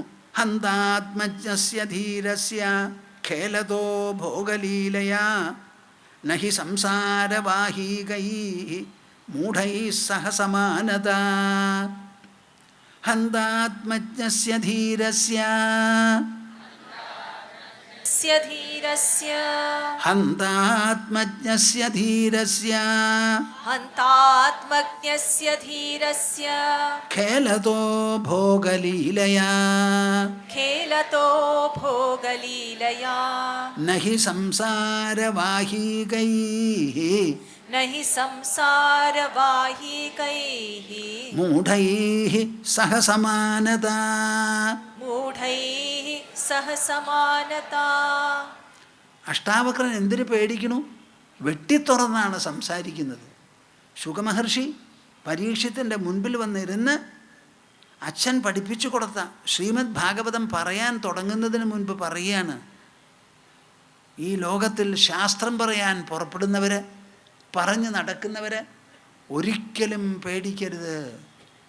മുഖം നോക്കി ശാസ്ത്രങ്ങളിൽ വെള്ളം ചേർക്കണ്ട, വെള്ളം ചേർക്കണ്ട. ശാസ്ത്രം എന്ത് പറയുന്നുവോ ലോകത്തിനെ വിലയിരുത്തുക, ജീവിതത്തെ വിലയിരുത്തുക, വ്യക്തിയെ അപഗ്രഥനം ചെയ്യുക, ലോകത്തെയും അപഗ്രഥനം ചെയ്യുക, അതിനെ തുണ്ടു തുണ്ടാക്കി മനസ്സിലാക്കി കൊടുക്കുക. Do an anatomy of the world, anatomy of your psychology, anatomy of your inheritance. അങ്ങനെ ഓരോന്നും പറഞ്ഞ് മനസ്സിലാക്കി കൊടുക്കുന്ന ഒരു സ്വഭാവം, അതാണ് ശാസ്ത്രത്തിന്. അപ്പോൾ ഇവിടെ പറയാണ്, ആ ധൈര്യത്തോടു കൂടി മഹാരാജാവിൻ്റെ മുഖത്ത് നോക്കിയിട്ടാണ് സംസാരിക്കുന്നത്. നിങ്ങൾ മനസ്സിലാക്കണം ആ രംഗം. ഹന്ത ആത്മജ്ഞസ്യ ധീരസ്യ ഖേലതോ ഭോഗലീലയാ. ആ വാക്കുകൾക്കൊക്കെ തറച്ച് കയറുന്ന അർത്ഥമാണ്.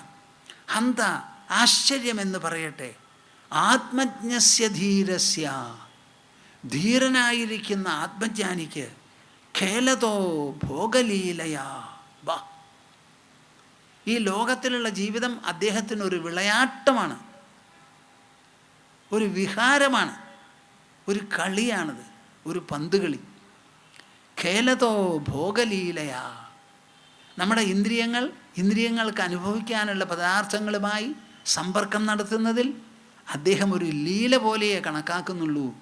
അതിനൊരു വാസ്തവികതയില്ല. ഇപ്പോൾ ഇന്ത്യയും വേറൊരു രാജ്യവും കൂടി ക്രിക്കറ്റിൽ പൊരുതിയിട്ട് ഒരു രാജ്യം തോറ്റു എന്ന് പറഞ്ഞാൽ കളിയിലേ തോറ്റിട്ടുള്ളൂ. രാജ്യം തോറ്റോ? എന്നോടൊരാൾ പറയുക, ഡെപ്യൂട്ടി അയൺ ആൻഡ് സ്റ്റീൽ കൺട്രോളറായിരുന്ന ആൾ, സ്വാമിജി ഞാൻ കണ്ണ് വെട്ടാതെ ക്രിക്കറ്റ് നോക്കിക്കൊണ്ടിരുന്ന ആളാണ്. എന്നിട്ട് അതിൽ ഓരോ ക്രിക്കറ്റ് അങ്ങോട്ട് വീഴുമ്പോഴേ എൻ്റെ ഹൃദയത്തിൽ ഇങ്ങനെ പിടുപിടുന്നതിനെ പൊട്ടും. അപ്പോൾ കുറച്ച് കഴിഞ്ഞപ്പോൾ തോന്നി, ഇത് കളിയല്ലേ ഞാൻ കാണുന്നത്. അവിടെ ഒരു ക്രിക്കറ്റ് വീണാൽ എൻ്റെ ഹൃദയം പൊട്ടേണ്ട ആവശ്യം, ഞാൻ കളി നോക്കൽ നിർത്തിയെന്ന്. കളിയാണപ്പോൾ നമ്മൾ നോക്കുന്നത്, അതൊരു വിനോദത്തിന് വേണ്ടിയിട്ടാണ് നോക്കണത്. ആ വിനോദം കാര്യമാക്കേണ്ട ആവശ്യമുണ്ടോ? കളി കാര്യമാകാ കാഞ്ഞിരം വിറകിനാകാ എന്നൊരു പഴമൊഴിയുണ്ട് മലയാളത്തിൽ. അപ്പോൾ ഭോഗലീലയാ. ഈ ഭോഗം എന്തു തന്നെ ആയാലും ഒരു ലീലയാണ്. ഇതൊക്കെ ഭാര്യാഭർത്താക്കന്മാർ മനസ്സിലാക്കണം, അച്ഛനമ്മമാർ മനസ്സിലാക്കണം, മക്കൾ മനസ്സിലാക്കണം, സഹോദരന്മാർ മനസ്സിലാക്കണം, അയൽവക്കക്കാർ മനസ്സിലാക്കണം, സ്നേഹിതന്മാർ മനസ്സിലാക്കണം. എന്ത് തന്നെ പറഞ്ഞാലും ഇതൊരു ലീലയാണ്. ഭോഗലീലയാ ഖേലതഃ. ഇതിൽ നിങ്ങൾ കളിക്കുകയാണ് വേണ്ടത്. കളി വിട്ട് ഇതിനെ കാര്യമാക്കരുത്. ഇവിടെയുള്ള ജനനം, ഇവിടെയുള്ള വളർച്ച, ഇവിടെയുള്ള ക്ഷീണം, ജരാനര മരണം, ഇവിടെയുള്ള ഉയർച്ച, ഇവിടെയുള്ള താഴ്ച, ഇവിടെയുള്ള പണം, ഇവിടെയുള്ള പഞ്ഞം, ഇവിടെയുള്ള സുഖം, ഇവിടെയുള്ള ദുഃഖം, ഇതെല്ലാം ഒരു ഖേലം, ഒരു കളി മാത്രമാണ്. നഹി സംസാരവാഹീകൈഃ മൂഢൈഃ സഹ സമാനത. ആത്മജ്ഞാനി വളരെ ധീരനായി ഇവിടെ കഴിഞ്ഞുകൂടുന്നു. അങ്ങനെ ധീരനായി ഭോഗങ്ങളെ മുഴുവൻ ലീലയായി കണ്ട് കളിച്ചു നടക്കുന്ന ഒരു വിശേഷപ്പെട്ട ആത്മജ്ഞാനിയോടുകൂടി സാധാരണ ഈ മൂഢകാളകളുണ്ടല്ലോ, എന്താ പറഞ്ഞേ, മൂഢകാളകൾ, ഈ ലോകത്തിലുള്ളവരൊക്കെ സംസാരവാഹീകങ്ങളാണ്. പ്രപഞ്ചം ഞങ്ങളൊക്കെ വേള്ളി ജന്തുക്കളാണ്. സ്വാമിജി ഞങ്ങളൊക്കെ ലൗകികരാ. ഞാൻ ചോദിക്കും, ഞാൻ എവിടെയാണ് ജീവിക്കണേ? ലോകത്തിലല്ലേ? തൃശ്ശൂർ മാർക്കറ്റിലാണ് വന്ന് മേടിച്ചുകൊണ്ട് പോണ സാധനങ്ങൾ ഞങ്ങളുടെ ആശ്രമത്തിൽ ഭക്ഷണം പാകം ചെയ്യാനും ബാക്കി എല്ലാറ്റിനും ഉപയോഗിക്കാൻ. ഈ ഭൂമിയിലാണ് ജീവിക്കുന്നത്, ഇതേ സാധനങ്ങളാണ് അനുഭവിക്കുന്നത്, ഈ കാറ്റാണ് ശ്വസിക്കുന്നത്, ഈ വെള്ളമാണ് കുടിക്കുന്നത്. എന്താ ഞങ്ങൾക്കും നിങ്ങൾക്കും തമ്മിൽ വ്യത്യാസം? അപ്പം ഈ ലോകത്തിൽ ജീവിക്കുന്നതിൽ ഒരു തെറ്റുമില്ല. അതിനെ മനസ്സിലാക്കണം നിങ്ങൾ. അതിനെ കളിയായിട്ട് കണക്കാക്കൂ, കാര്യമായിട്ട് കണക്കാക്കരുത്. ഇവിടെ വന്നാലും പോയാലും നിങ്ങൾ പോയി വന്നു എന്ന് വിചാരിക്കണ്ട. അത് അതിൻ്റെ പാട്ടിൽ നടന്നോട്ടെ. അങ്ങനെ ഈ ഭോഗലീല മുഴുവനും കൊണ്ടു നടക്കുന്ന ആത്മജ്ഞാനിയുണ്ടല്ലോ, അദ്ദേഹത്തിൻ്റെ ദൃഷ്ടിയിൽ അദ്ദേഹത്തെ സംസാരവാഹീകൈഹി, ഈ പ്രാപഞ്ചിക കറ പിടിച്ച് ഭാരം പിടിച്ച് ഉഴലുന്ന ഈ സംസാര കാളകളുണ്ടല്ലോ, ഈ പ്രാപഞ്ചികർ, അവരോടുകൂടി മൂഢന്മാരാണ് അവർ. എന്ത് സമാനതയാണുള്ളത്? ആ ജ്ഞാനിയെ അജ്ഞാനികളോട് കൂടി തുലനം ചെയ്ത എന്തെങ്കിലും സാദൃശ്യം നമുക്ക് പറയാൻ പറ്റുമോ? പറ്റില്ല എന്ന്. അർത്ഥം എന്താ? ജനകനടക്കതിൽ പെട്ടു. ഇപ്പോൾ ജനകനോടാണ് സംസാരിക്കുന്നത്. കഥം ജ്ഞാനമവാപ്നോതി കഥം മുക്തിർഭവിഷ്യതി വൈരാഗ്യം ച കഥം പ്രാപ്തം ഏതദ്ബ്രൂഹി മമ പ്രഭോ എന്നാണല്ലോ പറഞ്ഞത്. ജ്ഞാനം എങ്ങനെ കിട്ടും? ദാ ജ്ഞാനം കേട്ടോളൂ. ജനകാ, ജ്ഞാനമില്ലാത്തവർ മുഴുവനും മുതുക്കാളകളാണ്. മുതുക്കാളകൾ. ആ കാളയെ പോലെ നടന്നോളൂ, അങ്ങനെ വയറ് മാത്രം പ്രമാണാക്കിയിട്ട്. മൂഢൈ സഹസമാനത. ഈ തത്വജ്ഞന്മാർ ലോകത്തിൽ എങ്ങനെ ജീവിക്കും എന്ന് ചോദിച്ചാൽ വളരെ വിശേഷപ്പെടുത്തി സംസാരിക്കുന്നില്ല ആര്? കൃഷ്ണൻ. സക്താ കർമ്മണ്യ വിദ്വാംസോ യഥാ കുർവന്തി ഭാരത കുര്യാദ് വിദ്വാംസ് തഥാസക്ത ചികീർഷുർ ലോകസംഗ്രഹം. ജ്ഞാനം കിട്ടിയതുകൊണ്ട് ഒരാളും ഈ ലോകത്തിലെ ഒരു തകരാറല്ല ആൾക്ക് സംഭവിക്കുന്നത്. അദ്ദേഹത്തിന് കൂടുതൽ ഊർജ്ജസ്വലത ഉണ്ടാവുകയാണ് ചെയ്യുന്നത്, കർമ്മശേഷി കൂടുകയാണ് ചെയ്യുന്നത്. കൃഷ്ണൻ പറയുകയാണ്, സാധാരണ മനുഷ്യർ എങ്ങനെ വളരെയധികം സംഘത്തോടുകൂടി പ്രവർത്തിക്കുന്നുവോ അതേപോലെ പ്രവർത്തിക്കണം തത്വജ്ഞാനി. പക്ഷേ മാറ്റം എവിടെയാ? സംഘമില്ലാതെ പ്രവർത്തിക്കണം. പ്രവൃത്തിയിൽ ഒരു മാറ്റമില്ല. രണ്ടുപേരും പ്രവർത്തിക്കുന്നത് അവരവരുടെ ശരീരം കൊണ്ടും കൈകാലുകൊണ്ടും കണ്ണ് മൂക്ക് ചെവിയൊക്കെ കൊണ്ടാണ് പ്രവർത്തിക്കുന്നത്. ആ പ്രവൃത്തിയിലല്ല ഇവിടെ വ്യത്യാസം. സാധാരണക്കാർ ഒട്ടലോടുകൂടി പ്രവർത്തിക്കുന്നു, മമതയോടുകൂടി പ്രവർത്തിക്കുന്നു, ആശയോടും ആഗ്രഹത്തോടും കൂടി പ്രവർത്തിക്കുന്നു. ജ്ഞാനിയോ ഒട്ടലില്ലാതെ, മമതയില്ലാതെ, ആശയില്ലാതെ ആവശ്യം മുൻനിർത്തി പ്രവർത്തിക്കുന്നു. കുര്യാത് വിദ്വാൻ. സാധാരണക്കാർ പ്രവർത്തിക്കുന്ന പോലെ തന്നെ വിദ്വാനും പ്രവർത്തിക്കണം. എങ്ങനെ? അസക്ത, സംഘമില്ലാതെ. ചികീർഷു ലോകസംഗ്രഹം. ലോകത്തിൻ്റെ നന്മയ്ക്ക് വേണ്ടിയിട്ടാണ് എൻ്റെ ജീവിതം. ഈ ലോകത്തിന് പരമാവധി ഞാൻ ഉപകാരം ചെയ്യും, ഉപദ്രവിക്കില്ല. എൻ്റെ ജീവിതം എനിക്ക് വേണ്ടിയിട്ടല്ല, ലോകത്തിനൊരു അലങ്കാരം, ലോകത്തിനൊരു സേവനം, ലോകത്തിന് ധന്യത പകർന്നു കൊടുക്കാൻ എന്ന് പറഞ്ഞ് ആ ലോകസംഗ്രഹമായിട്ടാണ് ജീവിക്കുക. ബാക്കിയുള്ളവരൊക്കെയോ ഗൃഹസംഗ്രഹം. 10 കോടി ഉറുപ്പികയുണ്ടെങ്കിലും തനിക്ക് ഒരു മകനേ ഉള്ളൂ, 10 കോടി സ്വത്തുണ്ട്. സഹോദരനോ 3 മക്കളുണ്ട്, വലിയ വരുമാനമൊന്നുമില്ല. ഈ 1 കോടി ഉറുപ്പികയും തൻ്റെ മകന് മാത്രം എഴുതി വെച്ച് പോകുന്നവരാണ് ഈ ഗൃഹവ്രതന്മാർ. അതൊന്ന് കുറച്ച് ഒരു 10 ലക്ഷം സഹോദരൻ്റെ ഒരു മക്കൾക്ക് കൊടുത്തുകൂടെ? അത് ചെയ്യില്ല. ഇതാണ് ഗൃഹസ്ഥന്മാർ. കേൾക്കണം നിങ്ങൾ. ഇവർക്ക് ലോകസംഗ്രഹം എവിടെ ഉണ്ടാവാനാ? നേരെ മറിച്ച് ജ്ഞാനിയോ ചികീർഷുർ ലോകസംഗ്രഹം. അദ്ദേഹം ചെയ്യുന്ന ഓരോ പ്രവൃത്തിയും പറയുന്ന ഓരോ വാക്കും ലോകത്തിൻ്റെ നന്മയ്ക്കും ഭദ്രതയ്ക്കും വേണ്ടിയാണ്. അദ്ദേഹത്തിന് ഒരു കുടുംബമില്ല, അദ്ദേഹത്തിന് കുട്ടികളില്ല, അദ്ദേഹത്തിന് സ്വത്തില്ല, സ്വാതന്ത്ര്യമില്ല. ഉള്ളതൊക്കെ ഈ ലോകത്തിൻ്റെയും സമാജത്തിൻ്റെയുമാണ് എന്ന് വിചാരിച്ചാണ് പ്രവർത്തിക്കുക. അപ്പോൾ പ്രവൃത്തിയിലല്ല മാറ്റം, പ്രവൃത്തിയെക്കുറിച്ചുള്ള മനോഭാവത്തിലാണ് മാറ്റം. അതാണ് ഇവിടെ പറയുന്നത്. മൂഢൈ സഹസമാനത. സാധാരണക്കാരോട് കൂടി തുലനം ചെയ്യാൻ പറ്റില്ല. ആത്മജ്ഞാനിയുടെ മേഖലയൊന്ന് വേറെയാണ്, അദ്ദേഹത്തിൻ്റെ മാനവും മഹിമയും ഒന്ന് വേറെയാണ്. അദ്ദേഹത്തിൻ്റെ ആത്മജ്ഞാനിയുടെ മാനവും മഹിമയും ഒന്ന് വേറെയാണ്. അദ്ദേഹത്തെ ബാക്കിയുള്ളവരോട് കൂടി തുലനം ചെയ്യാൻ പറ്റില്ല എന്ന്. ഹന്താത്മജ്ഞസ്യ ധീരസ്യ ഖേലതോ ഭോഗലീലയ നഹി സംസാരവാഹീകൈഃ മൂഢൈഃ സഹ സമാനത. നമുക്ക് നിർത്താം.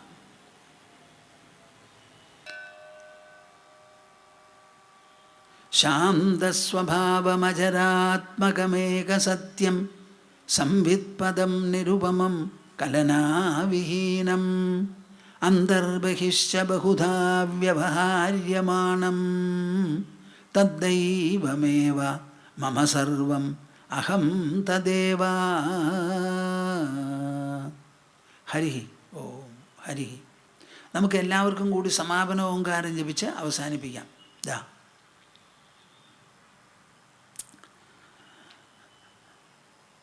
ഓ